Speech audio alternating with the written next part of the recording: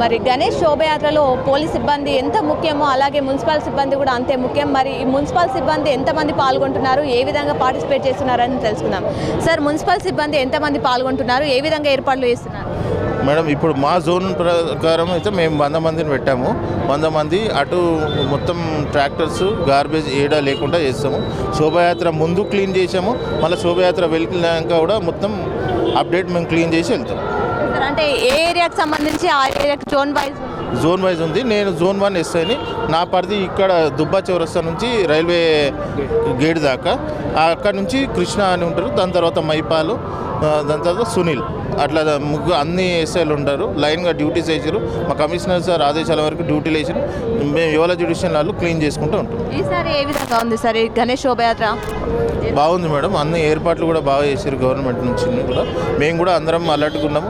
ఎవరిది ఏ ప్రాబ్లం రాకుండా, ఎక్కడ గార్బేజ్ కూడా కనబడకుండా అందరి సిబ్బందిని కూడా పెట్టాము.